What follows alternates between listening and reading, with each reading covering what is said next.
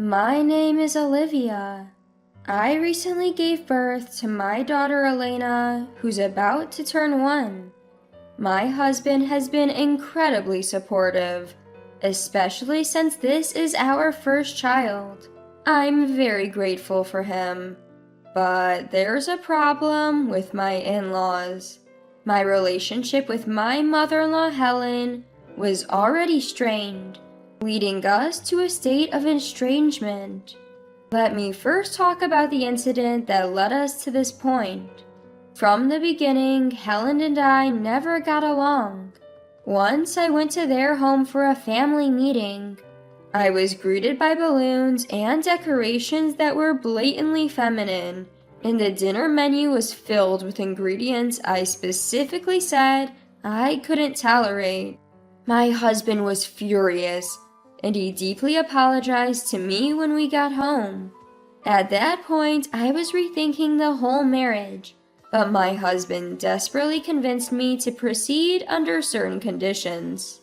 Helen and I would only see each other during major life events. No shared meals. If we visit the in-laws, no overnight stays. If my husband wants to visit them during holidays, he goes alone. I would visit my own parents, and absolutely no sharing of our contact information. At the time of our marriage, it was already rare to have a landline at home, so fortunately, direct calls were never an issue. We decided that if these conditions were broken, I'd go back to my parents, and we would either sever ties with Helen or get a divorce. But Helen continued to create issues. Take our wedding, for example. We couldn't exactly not invite her. However, she showed up in a painfully inappropriate white mini dress. She was promptly escorted out by the staff and had to rejoin the ceremony in what I assume were her regular clothes. Every time she met relatives from my husband's side, she would complain. I had that dress made for my son's wedding, but the bride complained. I want my money back. Everyone just awkwardly chuckled. No one blamed me, thankfully. In fact, they comforted me. She even tried to insert herself during the cake-cutting ceremony and deliberately attempted to spill wine on my dress. She was removed from the venue midway, and my husband apologized to me profusely. My husband had been apologizing profusely to my parents and relatives. He kept saying, "It's so embarrassing to have a mom like that." Even my parents and relatives had seen Helen's erratic behavior. Some suggested we should reconsider the marriage, but after seeing my husband's sincere apologies and his regretful face, they felt he wasn't a bad guy. They even offered words of sympathy. Life was peaceful for a while. It was just the two of us in our new home. Then one day, something happened. I usually work from home and rarely go out. My husband knows this. It's been our style since we started dating. But Helen didn't like it one bit. She'd say things like, "You can't possibly be doing legitimate work from home. You must be up to no good, probably having men over." My husband defended me then, but Helen was not one to back down easily. She continued to sulk. Then came a day when I had an outside job and left the house. When I got back, something felt off. First of all, the door was unlocked. I thought we might have been robbed and called my husband. "Hey, you're still at work, right?" "Yeah, what's going on?" "I told you I had work outside today, right? I locked the door when I left, but now it's open." "Is someone inside?" I listened carefully. Footsteps. The sound of someone rummaging through our things. Someone's in the house. "Got it. I'm coming home. Go hide out at a nearby diner." I did as he said, waiting at a nearby diner. Minutes later, he called my cell. "I'm sorry." "What happened?" For a moment, I thought he was cheating, but the reality was worse. "Turns out my mom had made a copy of our house key." "Are you kidding me?" Apparently, Helen had stolen a key from his keyring when he visited home and had it duplicated. That sounds criminal. It's your fault for not giving me one in the first place. I heard Helen's voice in the background. I couldn't believe it. I had my husband hand her the phone. Listen, Helen. Clearly, you don't understand what being a daughter-in-law means. You should be begging me to come over any time. And you never visit on holidays or celebrate Mother's Day. You're even wearing flashy underwear. I was embarrassed and infuriated to realize she looked through my drawers. You're the one who's out of line. Liam had a hard time at our wedding because of you. You not only stole a key but snooped around our personal stuff. I'm done. I was considering still taking part in any family rites, but now I won't even bother with a funeral. I hung up and texted my husband. I can't stay in that house tonight. I'm going to a business hotel. Please clean up the house. If you can't deal with Helen, I'm going back to my parents. Within a minute, he texted back, I'm sorry, I'll take care of it. I want to cut ties too. From then on, it became taboo to bring Helen and me together at any family gatherings on my husband's side. When I was invited, Helen wouldn't be, and when Helen was there, I wouldn't go. In fact, ever since an incident at our wedding, the number of relatives who wanted Helen to attend had decreased. My husband often went in her place, so it wasn't a problem. This marked the end of my estrangement from Helen. But now we have a daughter, our first child, so we decided to reach out to my in-laws. All along, the silent party has been my father-in-law, George. He's quiet, for better or worse, and he can't stand up to Helen. Since Helen and I don't talk, George and I lost touch too. George is a good man, so we figured it was more for his sake that we decided to visit. We thought about asking Helen to leave for the day or inviting George over, but he has mobility issues, and it would be weird to kick Helen out of her own house. In any case, Helen wasn't going anywhere.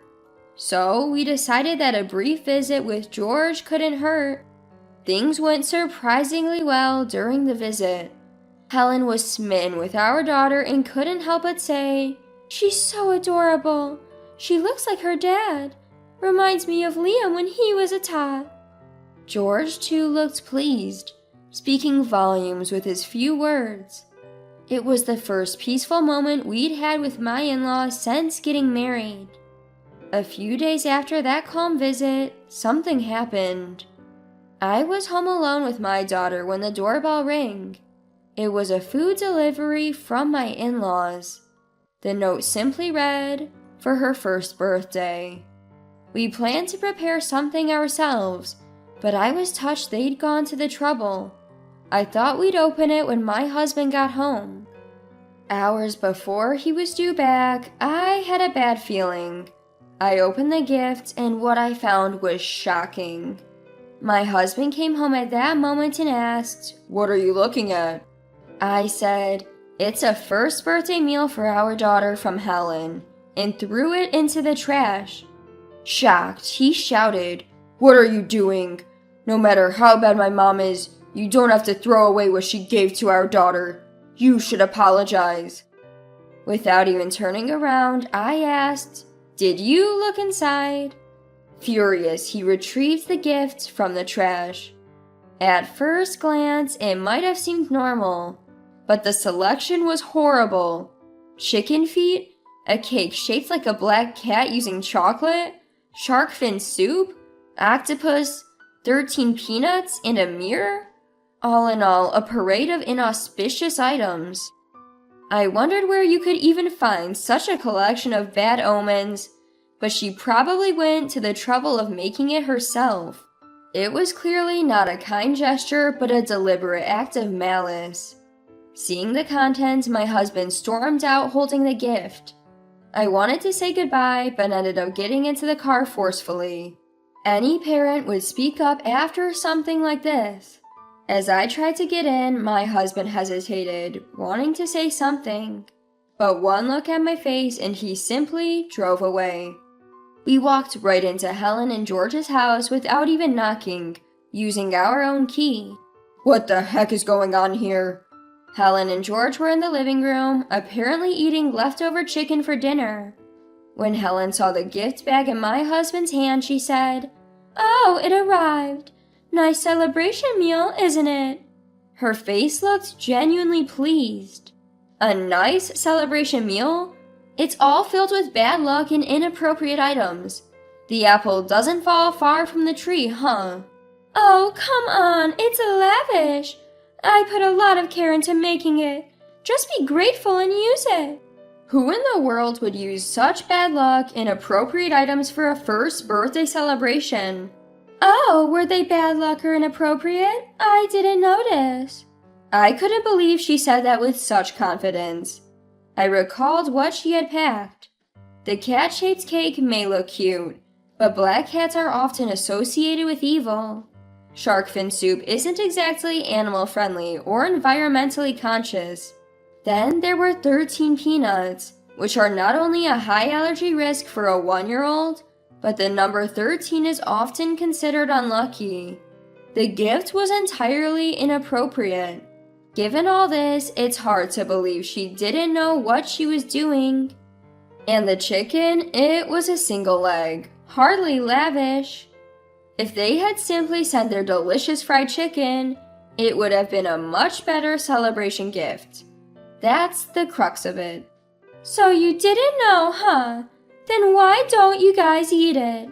How dare you even say that? My husband then spoke up and Helen sighed heavily. You know, I've been thinking for a while. You take everything so negatively. Like that balloon during the family meeting. It simply looked feminine. It's art, dear, art. Helen continued, a little snorted.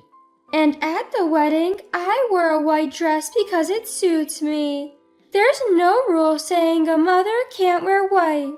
As for the cake cutting, I just wanted one last memory. You two are the mean ones, always taking away my joys. With that, Helen gestured. You've been so spiteful, so give back the money spent on the dress and this celebration. I was so flabbergasted I couldn't speak, just stood there holding our daughter. Are you kidding me? I looked at my husband, whose face was red with anger. What? Ever since our wedding. No, for as long as I can remember, you've been embarrassing. You always sabotage events if you're not the center of attention. That's not true. My husband began recounting. It was the same during my own birthdays. She didn't want to do anything because she wasn't the center of attention. Even the birthday cakes were always what my mom liked. So I told her since elementary school that we didn't have to celebrate my birthday anymore. A young boy saying he didn't want a birthday celebration? He must have really disliked it. As he spoke, tears flowed down my husband's face. My mom would still force a birthday party every year, and even the gifts she chose were ultimately for herself. I later heard that the gifts my husband received were things like books that were more to Helen's taste, or craft supplies he would never use.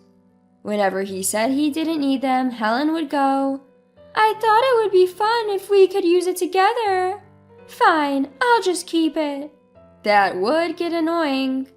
I thought I'd only have to put up with this stuff from her, but she started doing it to Olivia too.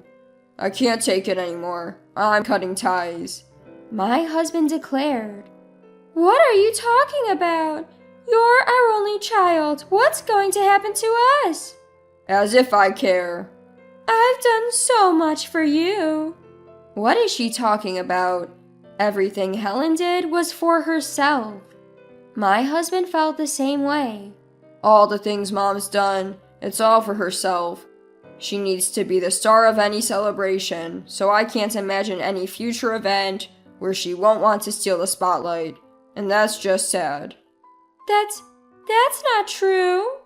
Helen was clearly rattled, but my husband's mind was made up. He then turned to George. Thanks for secretly buying me birthday gifts and taking me out to eat when Mom wouldn't celebrate my birthday. You! But I can't forgive that you didn't stop her from ruining our wedding or causing this whole mess. I won't let Olivia or our child see you if she doesn't want to. George looked down, saying nothing. We're leaving and we're going to move. You won't hear from us or see us again, and we're not telling you where we're moving to. Please rethink this. Helen was desperate and crying.